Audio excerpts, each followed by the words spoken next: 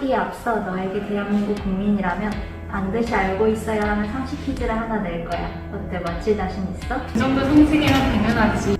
좋아, 문제 나간다. 다음 중 우리나라 초대 대통령의 사진은 무엇일까요?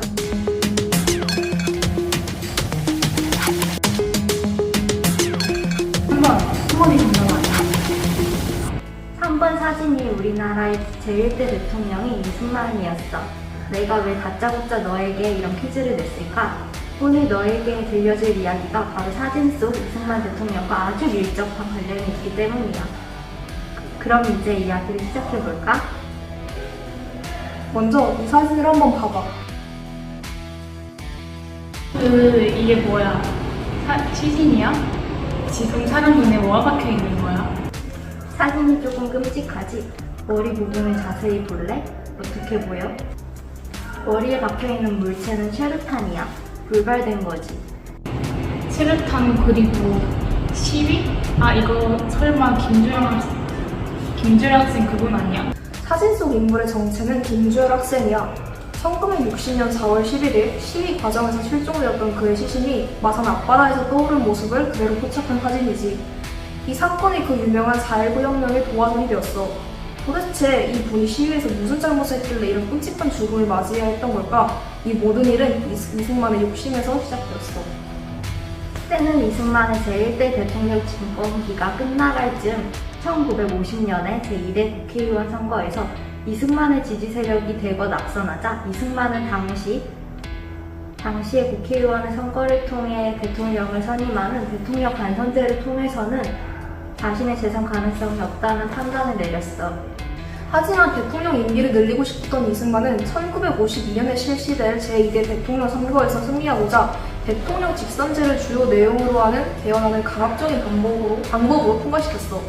이를 발췌 개헌이라고 일컫는데 여당과 야당의 각 안 중에서 좋은 것들만을 발췌하여 절충한 개헌이라는 뜻이야.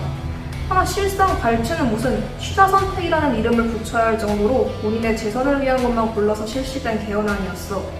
결국 이승만은 이를 통해 제2대 대통령에 당선되었지. 어쩐지 분명히 제2대 대통령이 존재했을 텐데 내 기억에 이름이 가물가물하더라고. 그냥 똑같은 사람이었던 거구나.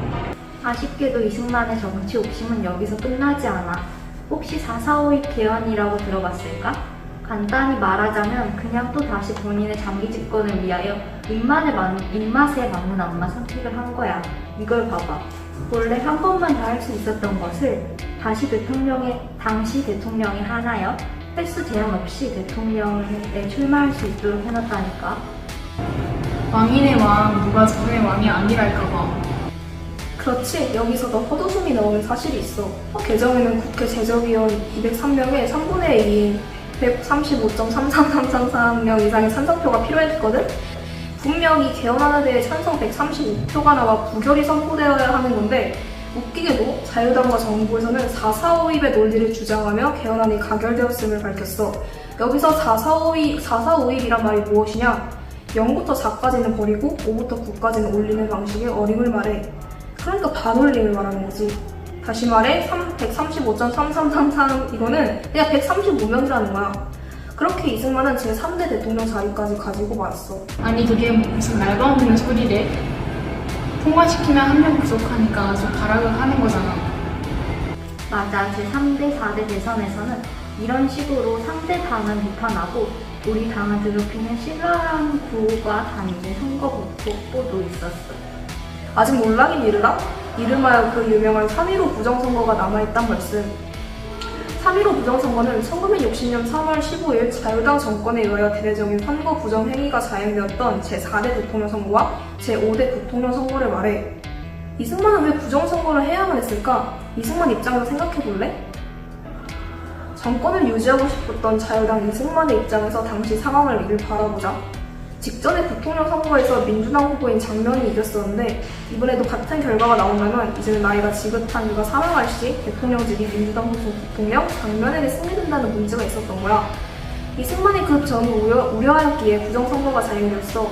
이미 대통령직은 민주당 후보 조병옥이 사망하여 이승만의 당선이 확정적이었음에도 말이야. 어떻게든 이기본 부통령 후보를 당선시키기 위해 이승만 정부에서 지시한 구체적인 부정선거 행동 요령은 다음과 같아.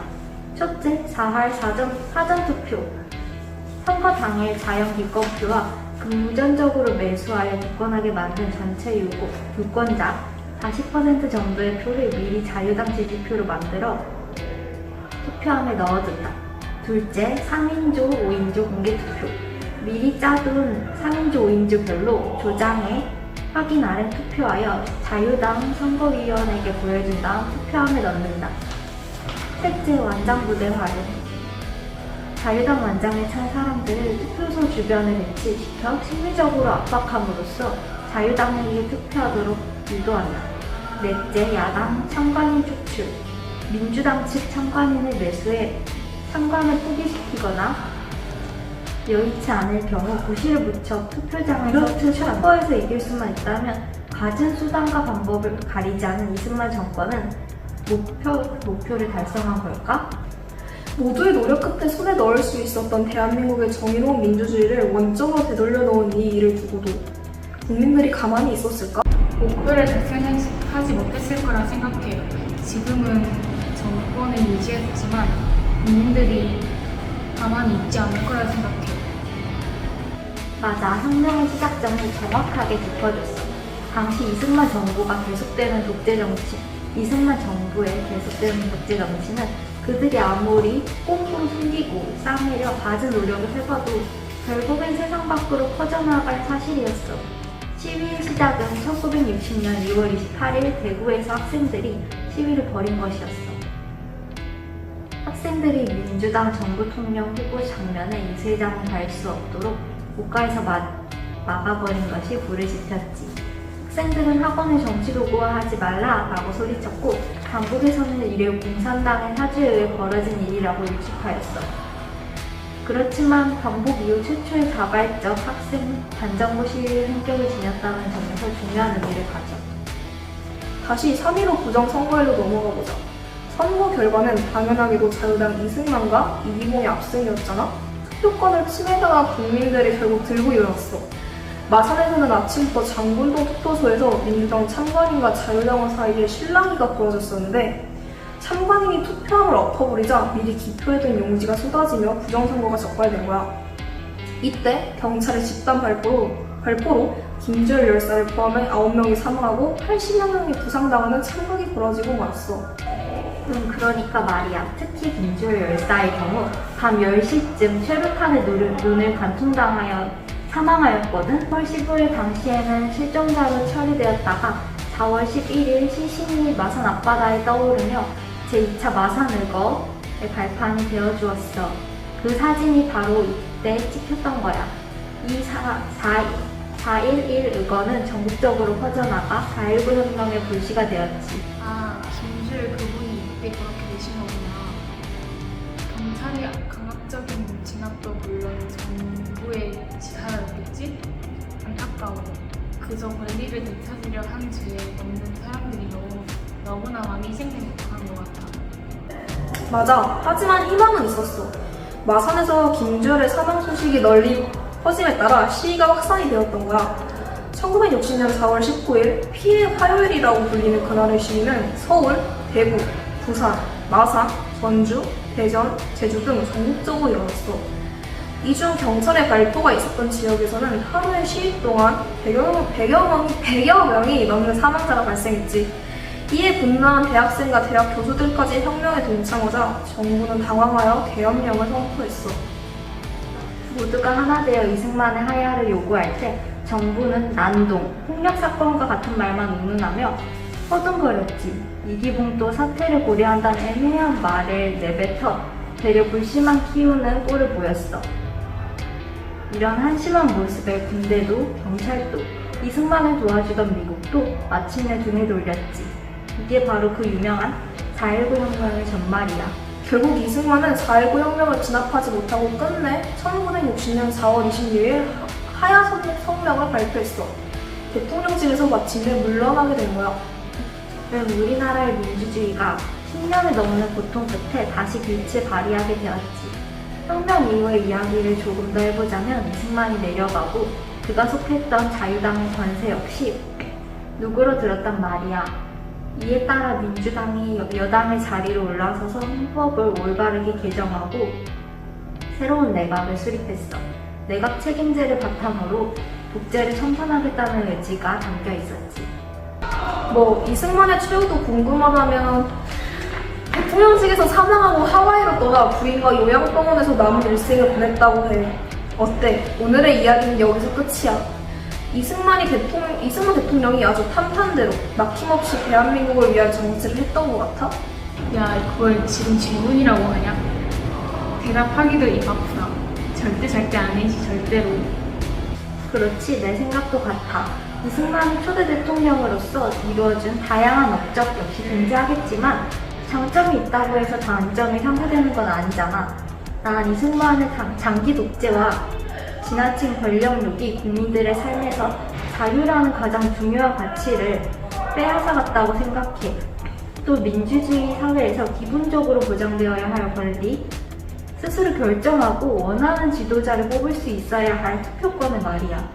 이승만의 정치 인생은 분명 더 나아질 수 있는 기회가 여러 있었던 것 같은데 아쉬워. 나도 마찬가지야. 여기 이걸 봐. 당시 정권에 반대하는 시위에 참여했던 학생들이 남긴 기록이야. 정부의 올 10월 시위 진압은 친구를 잃게 했고 가정을 무너뜨렸으며 연인과의 사랑을 끝내버렸고 참된 스승의 가르침을 과거로 묻어버렸어. 우리나라 민주주의에 대한 사람들의 인식 수준이 진보한 계기이기도 하지만 한편으로는 수많은 이들의 삶을 한순간에 지워버린 비극이 아닐까 싶어. 맞는 말이야. 피와 쇠고리가 없는 개혁은 불가능한 걸까? 씁쓸한 의문이 드네. 얘들아, 오늘 정말 보람찬 시간이었어. 우리나라 근현대 역사의 시작점 이승만 정부와 4.19 혁명에 대해 알렸어. 뭘 나도 너에게 이런 역사적 사실을 알려줄 수 있는 기회를 알차게 사용한 것 같아 기뻐. 나도야. 나 스스로도 다시 한번 공부할 수 있는 뜻깊은 시간이 되었던 것 같아. 그럼 다음에는 더 재미있는 역사 이야기를 알려주길 바래.